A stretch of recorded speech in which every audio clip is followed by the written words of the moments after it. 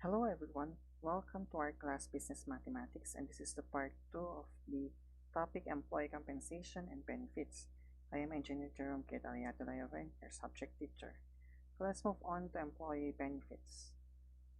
Covers remuneration other than basic pay. It includes vacation and sick leaves, medical and hospitalization benefits, meal allowance, transportation allowance, clothing allowance, and incentive pay for productivity such as commission, overrides, bonus, and profit sharing.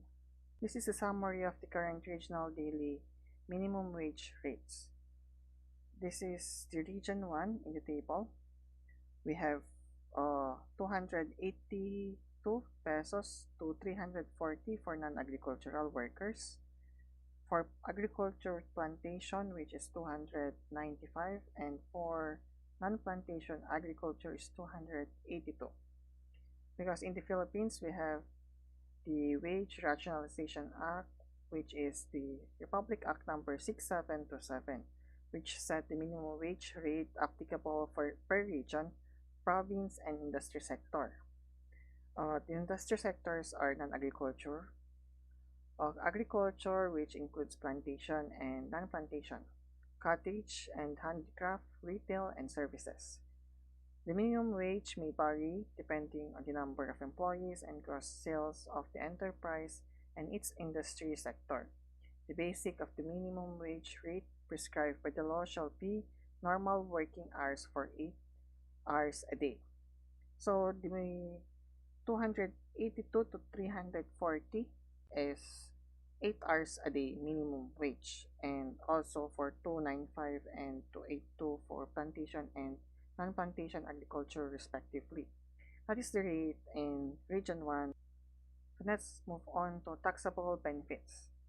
In case an employer provides benefits that exceeds the de minimis amount, the excess shall be included in the 90,000 non-taxable 13-month pay and other bonuses. The amount exceeding the said 90,000 non-taxable benefit is now subject to income tax and subsequently to withholding tax on compensation. Now, sinasabi lang dito sa taxable benefits is the excess of 90,000 for those computed na 13-month pay is more than 90,000. In the excess, like 100,000 yung 13-month pay, the excess is 10,000, or because 90,000 is the non-taxable, the excess is 10,000. The 10,000 is subject to income tax and withholding tax on compensation. Now let's move on to 13-month pay. Presidential Decree number 852 requires all employers to pay their rank and file employees 13-month pay regardless of the nature of their employment and irrespective of the method by which their wage are paid, provided they work for at least 1 month during the calendar year. The 13-month pay should be given to the employees not later than December 24 of every year. The 13-month pay shall not be less than 1/12 of the total basic salary earned by an employee in the calendar year. The basic salary of an employee for the purpose of computing the 13-month pay shall include remunerations and earnings paid by his or her employer for services rendered. So 13-month pay computed the total basic salary earned during the year, or the annual basic salary, all over 12 months. Now we have an example here. Mr. John D. received annual salary of 240,000 at the end of the year. What would be his 13-month pay? 13-month pay. 13-month pay is equal to 240,000 divided by 12 months. So that would be 20,000. That would be the answer. That would be Mr. John D. received as 13-month pay. Now let's move on to the retirement pay. as is stated in the Article 287 of the Presidential Decree Number 442, as amended, otherwise known as the Labor Code of the Philippines, any employee may be retired upon reaching the retirement age established in the collective bargaining agreement or other applicable employment contract. Now, to compute the minimum retirement pay, we have the daily rate times 22.5 days times the number of years in service. Now, we have an example here. Mr. Jimmy Reyes plans to retire and utilize his retirement benefit. How much is the minimum retirement pay that he will receive for servicing the company in 15 years with an average daily rate of 537? So, retirement minimum, retirement pay is equal to basic pay is 537 times 22.5 days times the number of years in service, which is 15. Now, the minimum retirement pay that will Mr. Jimmy receive will be 181,237.50.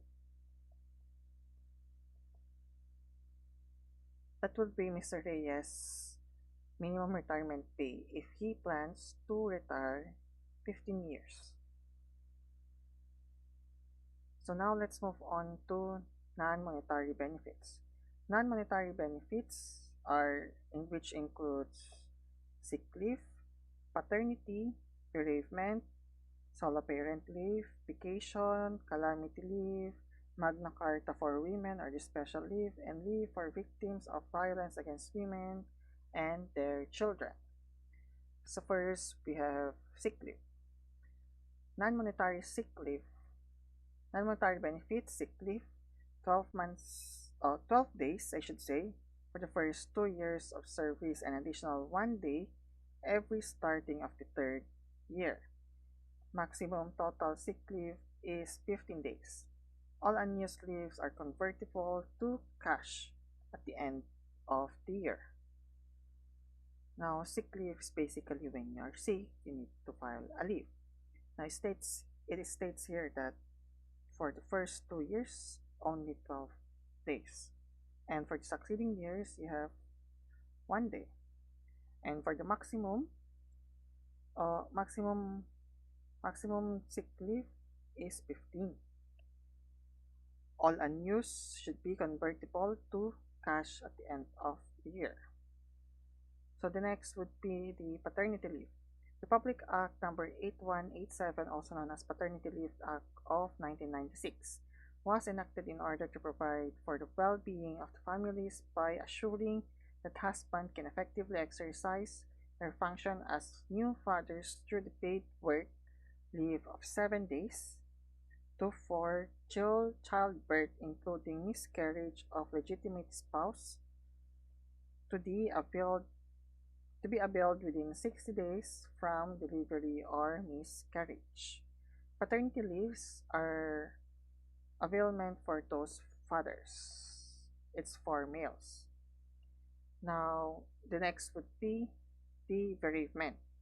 Bereavement 3 days applicable to immediate family members, which includes employees' children, parents, grandparents, brother, sister, spouse, and parents-in-law. Bereavements are those that have family died, which includes the child, all the children, the parents, grandparents, brothers, sisters, spouse, and parents-in-law.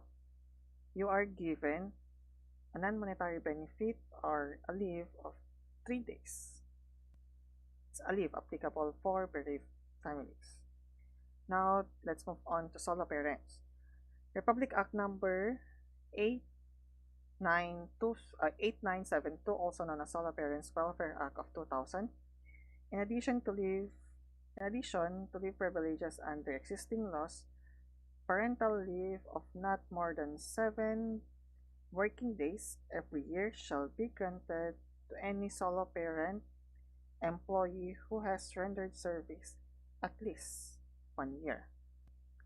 given siya ng 7 working days every year. Pero dapat given here rendered service at least 1 year. And then the non-monetary benefit is the next will be the vacation. 13th vacation leave with additional 1 day every year starting on the third year of service and convertible to cash at the end of the year. Maximum vacation leave is 18 days. Now for the non-monetary benefits, next would be the calamity leave. 2 days leave for employees who were affected by flood, fire, typhoon must be supported by the government proclamation or may be declared by the company. Calamity leave to be availed by those who are affected with flood, fire, and typhoon. Next would be the Magna Carta for Women or special leave under the Republic Act numbers 9710, also known as the Magna Carta of Women, is comprehensive women's right law that seek to eliminate discrimination against women by recognizing, protecting, fulfilling, and promoting the rights of Filipino women, especially those in marginalized sector. Now let's have the leave for victims of violence against women and their children. Under the Republic Act 9262, otherwise known as Anti-Violence Against Women and Their Children Law, stated that 10 days leave benefit shall be cover the days that women employed has to attend the medical and legal concerns. Now if you are a woman and have children experiencing violence from others, you are granted 10 days leave paid to attend medical and legal concern. Tax exemption of minimum wage earner. Effective January 1, 2018, salaried individual earning annual gross compensation of 250,000 or below per year are exempted from paying income taxes. The following income of the minimum wage earners shall also be exempt from income tax. The statutory minimum wage includes the COLA, the holiday pay, overtime pay, night shift differential pay, and hazard pay. Holiday pay refers to the regular daily wage of any unworked regular holiday. Note, if employee work on holiday, then he will receive twice of his daily wage. Next would be the de minimis benefit. The de minimis benefit are those benefits of relatively small values given by employers to their employee on top of the compensation. These benefits are not subjected to withholding tax exempt.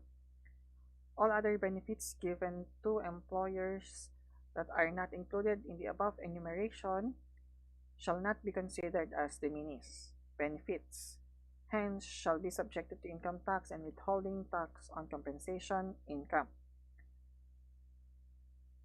The BIR issued Revenue Regulation number 5-2011, eliminating the items of the de minimis benefits that are exempt from withholding tax on compensation, or the fringe benefit tax, with the following: monetize unused vacation leave credits of private employees not exceeding 10 days during the year, monetize value of vacation and sick leave credits paid to government officials and employees, medical cash allowance to dependents of employees not exceeding 1,500 per employee per semester or 250 per month, rice subsidy of 2,000 or 1 sack of 50 kilogram rice per month,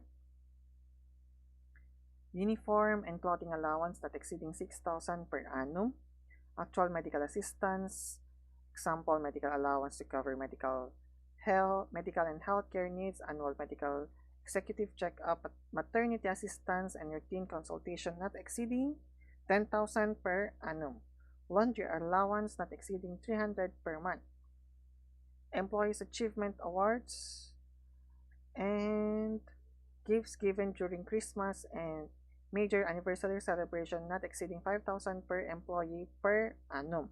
Daily meal allowance for overtime, work and night or graveyard shift not exceeding 25% of the basic minimum wage on per region basis. Now let's move on to deductions, payroll deductions.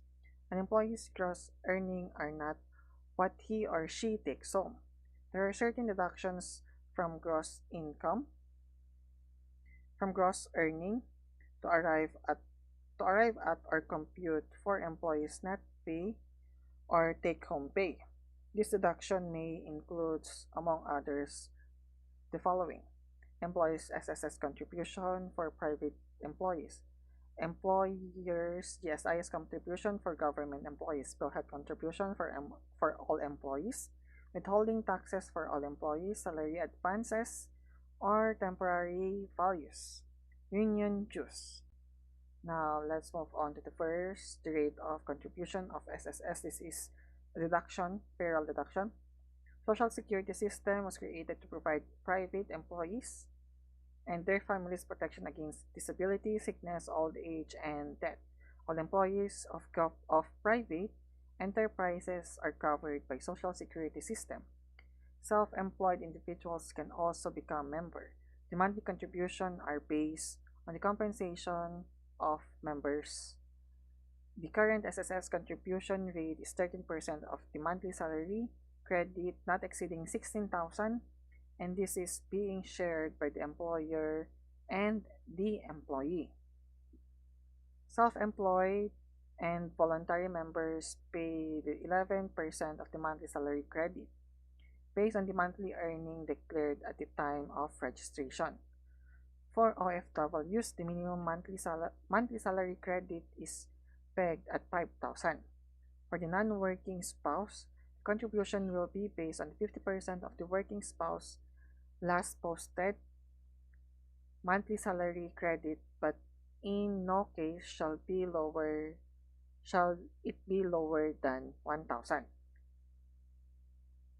Now, for the government employees, the deduction is the GSIS. Now, the rate of contribution to GSIS, all government employees holding permanent and non-permanent position are members of GSIS. Premium contributions are based on the monthly compensation. There are two types of insurance coverage. First is the regular, refers to the compulsory premium payment on life insurance and retirement benefits. And the second is the Employees Compensation Fund, refers to the premium payment paid by your government agency so you get full coverage in case of work-related accident. Now the rate of premium contribution are as follows. For the regular, the personal share is for the life is 2%, for employee compensation fund, none. Personal share for retirement is 7%. Employee compensation fund, 0%. Government share for life is 2%. Employee compensation funds, none. And government share for retirement is 10%. 1% not to exceed 100 pesos for employees compensation fund. And Pag-ibig Fund contribution. The Home Development Mutual Fund, also known as the Pag-ibig Fund, was established to provide a national saving program and affordable shelter financing for Filipino workers. The fund offers its member a short-term loan and access to housing programs. The table shown is the Pag-ibig contribution table in 2021 for employees and employers. It's It is stated here the monthly salary of at least 1,000 to 1,500. The employee's contribution rate is just 1%. For the employers, it's 2%, so it's a total of 3%. For over 1,500, employees' contribution would be 2%, and employers will be also 2%, rendering the total of 4%. Now, the contribution for PhilHealth. PhilHealth Insurance Corporation provides employees with a practical means of paying for adequate medical care in the Philippines. All employees whether of private entities or government entities, are to be members of PhilHealth. This is basically intended to cover them and their beneficiaries' health in times of sickness. Now, the withholding tax.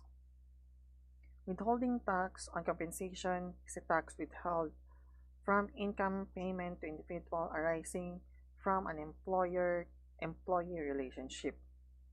In here, you can see effective date is January 1, 2018 to December 31, 2022.